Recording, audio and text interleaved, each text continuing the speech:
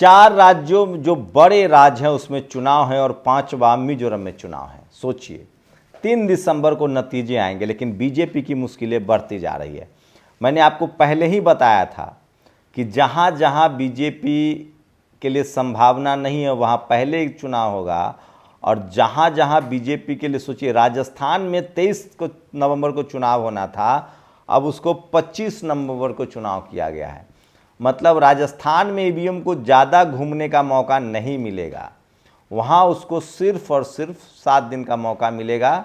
तो राजस्थान के चुनाव में बड़ी तब्दीली की गई है और 23 नवंबर को होने वाला चुनाव 25 नवंबर को होगा। लेकिन राजस्थान में बीजेपी की मुश्किलें बढ़ती जा रही है, मामला रुक नहीं रहा है। मैंने आपको कल ही बताया था कि किस तरह से बीजेपी की कोशिश है कि तमाम कम्युनिटी के लोगों को, बड़े नेताओं को चुनाव में उतारा जाए, वो भले केंद्रीय मंत्री हो या सांसद हो, ताकि माहौल ये बने कि पता नहीं चीफ मिनिस्टर कौन हो। आपको पता है सबसे ज़्यादा नाराज उनसे दलित समाज के लोग हैं, आदिवासी हैं। तो किरोड़ी लाल मीणा को चुनाव मैदान में उतारा गया था कि मीणा समाज को लगे कि अगली बार मुख्यमंत्री तो हमारा हो। जो एस्टैब्लिश मुख्यमंत्री हैं, चाहे शिवराज सिंह चौहान हो मध्य प्रदेश में, चाहे वसुंधरा राजे हों, वो दोनों नाराज चल रही है। नाराज नहीं है, ये सब खेल चल रहा है। लेकिन सचमुच में टिकट जिन जिन सांसदों को मिला है वहाँ से राठौर को टिकट मिला है ताकि राजपूत समाज को लगे कि हमारा चीफ मिनिस्टर हो। पता नहीं मुगलों के आगे घुटने टेकने वाले परिवार पर पार्टी मेहरबान क्यों है। मुझे पार्टी ने टिकट दिया, फिर वो राजवी जी से आशीर्वाद मांगा, वे इतना बोले बताऊंगा। तो सोचिए दिया कुमारी को आगे प्रोजेक्ट किया जा रहा है। तो बीजेपी लगातार कंफ्यूज करना चाह रही लोगों को कि भाई आपका भी मुख्यमंत्री हो सकता है। ये फॉर्मूला मध्य प्रदेश में भी लागू है। प्रहलाद पटेल का भी मुख्यमंत्री हो सकते हैं, तोमर भी हो सकते हैं, कुलस्ते भी हो सकते हैं, गणेश सिंह भी हो सकते हैं। तो कोशिश ये है कि कंफ्यूज किया जाए। लेकिन सबसे ज़्यादा विवाद भी इसी को लेकर हो रहा है। राजस्थान में तो लंबा चौड़ा विवाद चल रहा है। एक वीडियो देखिए जो शिवराज सिंह चौहान ने जारी किया है। मध्य प्रदेश हो या राजस्थान, दोनों तरफ जो है बीजेपी की मुश्किलें बढ़ती जा रही है। और जिस पार्टी पर लगातार चूस शब्द नहीं निकलता था, कंट्रोल था, क्या मोदी वो कंट्रोल खोते जा रहे हैं। सबसे बड़ा सवाल ये भी पैदा होता है, मैं फिर कह रहा हूँ 2024 में बीजेपी दो धारी तलवार पर चल रही है। सेब बन गई है बीजेपी, चाकू सेब पर गिरे या सेब पर चाकू गिरे, दोनों हालत में कटना सेब को ही होता है। सोचिए, मैं बता रहा हूं आपको, फॉर्मूला समझिए। मान लीजिए मध्य प्रदेश अगर बीजेपी जीत गई, मान लीजिए जीत गई दोबारा, तो कांग्रेस बैकफुट पर आएगी और इंडिया गठबंधन और मजबूत होगा। कांग्रेस उसके बाद अपनी हेकरी छोड़ देगी जो अभी तक उसके हाथ हेकरी है। अगर मान लीजिए बीजेपी जो है राजस्थान जीत गई, तो भी कांग्रेस अपनी हेकरी छोड़ेगी और इंडिया गठबंधन और लोकसभा में मजबूत होगा। अगर कांग्रेस बीजेपी छत्तीसगढ़ जीत गई, राजस्थान जीत गई, मध्य प्रदेश जीत गई, तो यकीन मानिए तेलंगाना तो खैर मुश्किल है। तेलंगाना में या तो केसीआर या फिर कांग्रेस, बीजेपी के लिए बहुत मुश्किल वहाँ है। तो 3 राज्य हैं। अगर बीजेपी तीनों राज्य में जीतती है तो भी 2024 में उसके लिए मुश्किल हो जाएगी, क्योंकि तमाम विपक्षी दल और एकजुट हो जाएंगे।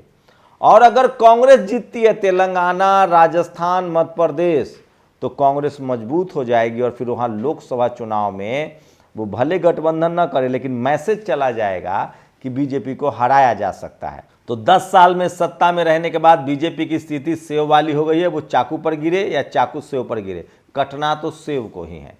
तो सोचिए, विद्याधर राजस्थान विधानसभा 23, बीजेपी में बगावत, विधायकों ने भाजपा उम्मीदवार दिया कुमारी को जोड़ा मुगलों से कनेक्शन। जानिए क्या है सच्चाई। तो मुगलों तक का नाम आने लगा है। तो दिया कुमारी को लेकर लगातार लोग आपत्ति जता रहे हैं। राठौर को जहां से टिकट मिला है, भाई जो लोग संसद, जिन सांसदों को टिकट दिया जा रहा है वहां से विधायकों का टिकट कटेगा। तो ये सबसे बड़ी खबर है और लगातार उनकी पार्टी में विरोध बढ़ता जा रहा है, लोग नाराजगी है। 7 लगभग सांसदों को बीजेपी ने राजस्थान में भी चुनाव पर में उतारा है। तो राजस्थान हो या मध्य प्रदेश हो, छत्तीसगढ़ से कांग्रेस के खिलाफ कोई ज़्यादा बड़ी मुश्किल दिखाई नहीं दे रही और न असंतोष की बात आ रही है। छत्तीसगढ़ में कहा जा रहा था कि उनके एक बड़े जो सवर्ण नेता हैं वो बगावत करने के मूड में थे, लेकिन उनको डिप्टी सीएम बना दिया गया, वहाँ नहीं। लेकिन ओबीसी को लेकर जिस तरह से जातीय जनगणना का मुद्दा आया है, बीजेपी कंफ्यूज हो गई। उसे समझ ही नहीं आ रहा है कि इसको काउंटर कैसे करे। हिंदू मुस्लिम की जो पूरा खेल है वो जाति जनगणना खत्म कर देता है, क्योंकि मुसलमान पहले ही बीजेपी से अलग हैं, शेड्यूल कास्ट के लोग सबसे ज़्यादा नाराज है। ये अलग बात है कि कांग्रेस से भी नाराज है जहाँ जहाँ कांग्रेस सत्ता में है, लेकिन उनको बीजेपी कांग्रेस में अगर चुनना पड़ेगा, दोनों में से एक, तो वो कांग्रेस के साथ जाना पसंद करेंगे। अगर उनको ऑप्शन मिलेगा बीजेपी कांग्रेस और बीएसपी, तो वो बीएसपी के साथ जाएंगे, आज़ाद समाज पार्टी के साथ जाएंगे। तो दो बीजेपी का खेल दो ही स्थिति में बन सकता है। अगर बीएसपी और आज़ाद समाज पार्टी ने राजस्थान, मध्य प्रदेश, छत्तीसगढ़ में अच्छा किया, बीएसपी तीनों जगह चुनाव लड़ रही है, राजस्थान, मध्य प्रदेश, छत्तीसगढ़ में। राजस्थान में बकायदा, मध्य प्रदेश और छत्तीसगढ़ में तो गोंडवाना पार्टी से उसका अलायंस भी है। अगर बीएसपी ने नुकसान किया तो हो सकता है कि ट्रायंगुलर भी मुकाबला हो जाए। और इस बार मायावती जी ने कहा कि मैं पावर और बैलेंस रखना चाहती हूँ। तो अगर बीएसपी राजस्थान में 7 सीटें जीती थी पिछली बार, 6 सीटें, जिसको बाद में कांग्रेस ने मिला लिया था, तो पानी बहुत बह गया है। एंटी इनकम्बेंसी तो है। मध्य प्रदेश में शेड्यूल कास्ट और ओबीसी के लोग बीजेपी से नाराज हैं, राजस्थान में लोग कांग्रेस से नाराज हैं। छत्तीसगढ़ में भूपेश बघेल की वापसी तय लग रही है, जो क्योंकि ओबीसी से आते हैं और ओबीसी के लिए उन्होंने कुछ काम भी किया है। तो ये स्थिति है। मतलब मिला जुला के सबसे ज़्यादा नुकसान बीजेपी को होता दिख रहा है। और 3 दिसंबर वो दिन है, 25 तारीख को अब चुनाव होगा राजस्थान में, डेट बढ़ा दिया गया है। अगर बीजेपी हारती है तो परसेप्शन बन जाएगा कि बीजेपी को हराना आसान है। उसमें बीजेपी को हो सकता है कि फ़ायदा हो जाए, क्योंकि अगर इंडिया गठबंधन टूटा तो बीजेपी को फ़ायदा हो जाएगा। और अगर बीजेपी चुनाव हार जाती है तीनों राज्यों में, क्योंकि कांग्रेस को रंग बदलते देर नहीं लगता है। जो कांग्रेस अभी जाति जनगणना की बात कर रही है, उसकी जो सवर्ण लीडरशिप है, वो जैसी सत्ता में आएंगे वो अपना रंग दिखाना शुरू कर सकते हैं। मीना समाज को लेकर लगातार फोकस है। सोचिए, एक युवा नेता हैं वहाँ के, अर्जुन मेहर चुनाव लड़ रहे हैं, वहाँ ट्राइबल पार्टी भी मजबूती से चुनाव लड़ रही है। किरोड़ी लाल मीणा जो है वो बड़े कैंडिडेट बताए जा रहे हैं और उनको मुख्यमंत्री के तौर पे प्रोजेक्ट भी किया जा सकता है।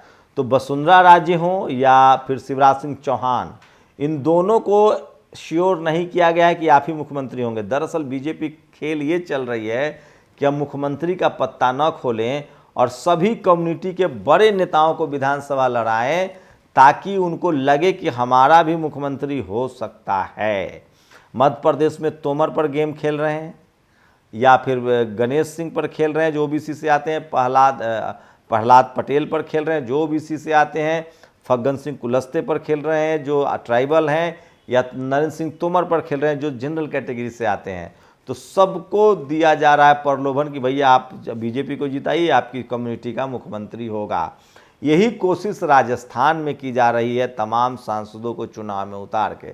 लेकिन जहाँ जहाँ सांसदों को उतार रहे हैं, वहाँ वहाँ के जो सिटिंग विधायक हैं या जो कैंडिडेट थे पिछली बार, वो खासे नाराज हैं। लेकिन कांग्रेस के पक्ष में जो बात जा रही है वो ये कि एंटी इनकम्बेंसी है, बीजेपी के पक्ष में लोग नहीं है, मुस्लिम, दलित और पिछड़े नाराज हो रहे हैं, जाति जनगणना उसके पास है। लेकिन वहीं जब भी कांग्रेस किसी भी दल से गठबंधन में नहीं है, तो अंतिम समय में ये भी उसको मुश्किल हो सकता है। तो 2024 से पहले 2023 का जो 5 विधानसभाओं का चुनाव है, वो एकदम क्रिस्टल क्लियर कर देगा 2024 में क्या होगा। मिजोरम और अगर तेलंगाना की बात करें तो वहाँ सीधे सीधे केसीआर और कांग्रेस से मुकाबला है। वहीं मिजोरम में बीजेपी और कांग्रेस में भी वहाँ मिजो फ्रंट और कांग्रेस में भी मुकाबला है।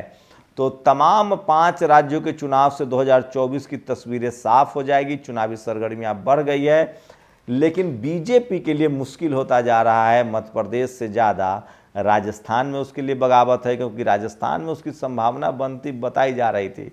लेकिन मैं फिर कह रहा हूँ, जिस तरह की उम्मीद की जा रही थी कि अशोक गहलोत और सचिन पायलट एक दूसरे के लिए तलवार खींच लेंगे, वो साथ में नहीं आएंगे, वो भी होता हुआ नहीं दिख रहा है। कहने का लबुलवाब ये है कि जाति जनगणना के मुद्दे जिस तरह से कांग्रेस उठा रही है, जिस तरह से दलित उनके पास एक अध्यक्ष है खड़गे, ये सारे प्लस पॉइंट भी कांग्रेस को मिलता दिख रहा है।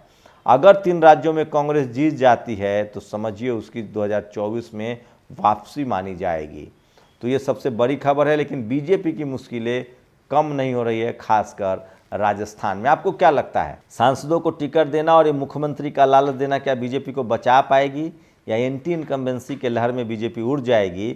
और सबसे बड़ी बात है कि हिंदू मुस्लिम चल नहीं पा रहा है, टीवी अखबार अपनी विश्वसनीयता खो चुका है, लोग सोशल मीडिया पर हैं। और आप सोचिए कि किस तरह से बीजेपी के खिलाफ बात करने वाले लोगों को लोग ज़्यादा पसंद कर रहे हैं। इसका मतलब है कि क्या बीजेपी के खिलाफ लहर चल रही है, मुस्लिम समाज नाराज है, दलित समाज नाराज है। अगर पिछड़ों ने 50% पिछड़ों ने भी जाति जनगणना के मुद्दे पर साथ छोड़ दिया तो बीजेपी का खेल हो जाएगा। जाति जनगणना न कराना बीजेपी के गले की फांस बनता जा रहा है, क्योंकि 2014 में कांग्रेस ने भी जाति जनगणना नहीं कराया था, आंकड़े नहीं जारी किए, ओबीसी नेताओं को पार्टी से हटा दिया था और वो सत्ता से बाहर हो गई थी। 2014 में राहुल गांधी मंदिर मंदिर जा रहे थे, जनेऊ दिखा रहे थे, अपने आप को ब्राह्मण क्लेम कर रहे थे, सवर्ण क्लेम कर रहे थे। जनार्दन द्विवेदी कह रहे थे कि हम गरीबों को आरक्षण देंगे, सवर्णों को आरक्षण देंगे।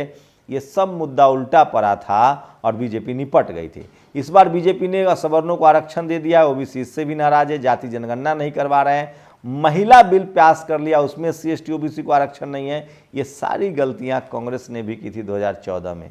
क्या लगता है कांग्रेस की सारी गलतियों को दोहराकर बीजेपी बच जाएगी? क्या ओबीसी उसको वोट देगा? क्या हिंदू मुस्लिम का कार्ड चलेगा? या जाति जनगणना सोशल जस्टिस सब पर भारी है? आपकी प्रतिक्रिया बहुत जरूरी है। अगर आप राजस्थान से, छत्तीसगढ़ से, मध्य प्रदेश से या तेलंगाना से हमें देख रहे हैं तो आप हमें स्पेसिफिक कमेंट करके बताएं। अगले वीडियो में हम आपकी नाम को साथ आपकी राय जरूर लोगों तक पहुंचाएंगे। शुक्रिया। नेशनल दस्तक की आपसे गुजारिश है कि अगर इसको बचाना चाहते हैं तो नेशनल दस्तक को सब्सक्राइब करने के लिए रेड कलर के सब्सक्राइब बटन को दबाएं, फिर बेल आइकन की घंटी दबाएं। नेशनल दस्तक को बचाने के लिए बहुत जरूरी है कि हर खबर को शेयर करें, लाइक करें, कमेंट जरूर करें।